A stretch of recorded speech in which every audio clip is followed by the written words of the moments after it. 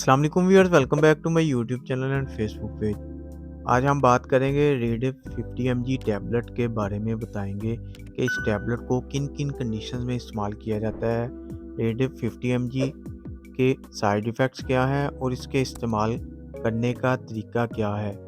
Rediff tablet का complete review आज की इस वीडियो में हम आपको बताएंगे। वीडियो में जाने से पहले नए आने वाले दोस्तों से गुजारिश है कि मेरे चैनल को सब्सक्राइब और वीडियो को लाइक और शेयर ज़रूर करें। अब चलते हैं वीडियो की तरफ। रेडिफ टैबलेट का जेनेरिक नाम है सर्ट्रालिन। सर्ट्रालिन जो है वो एक एंटी डिप्रेशन है।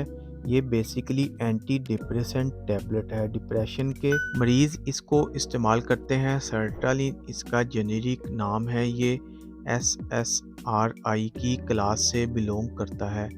SSRI क्या है? सिलेक्टिव सेरोटोनिन रीअपटेक इनहिबिटर्स हैं। ये डायरेक्टली ब्रेन पर एक्ट करते हैं। जो भी आपकी डिप्रेशन की मेडिसिन होती है वो दिमाग पर एक्ट करती है, क्योंकि हमारे डिप्रेशन का, टेंशन का, एंजाइटी का ताल्लुक ब्रेन से ही होता है। तो ये तमाम डिप्रेसेंट एंटी जो होती हैं ये ब्रेन पर एक्ट करती हैं।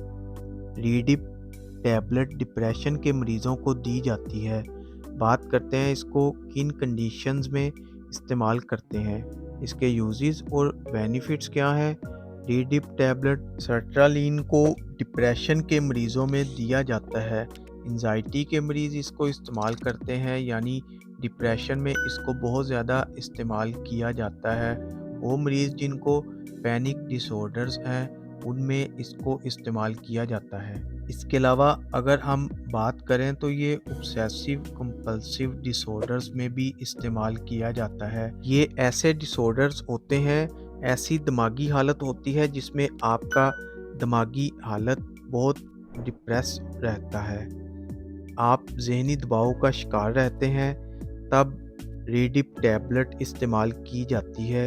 ये आपके डिप्रेशन को, एंजाइटी को, डिप्रेशन को रिलीफ करती है, आपको काम में इफ़ेक्ट देती है। इसके अलावा इसको PTS यानी पोस्ट ट्रॉमेटिक स्ट्रेस डिसऑर्डर में भी इसका इस्तेमाल किया जाता है। यानी डिप्रेशन, स्ट्रेस, एंजाइटी, टेंशन, इन तमाम कंडीशन में रेडिफ 50 mg टैबलेट बहुत इफ़ेक्टिव है। ये 30 टैबलेट का पैक होता है। ये जेनिक्स कंपनी की प्रोडक्ट है, बहुत अच्छी प्रोडक्ट है। आपने अपने डॉक्टर से रिकमेंड करवा कर इस्तेमाल करनी है।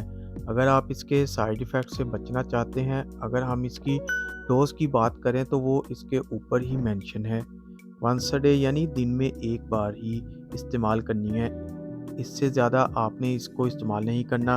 अगर आप इसका ओवरडोज लेंगे तो इससे कुछ आपको कॉम्प्लिकेशन का सामना करना पड़ सकता है।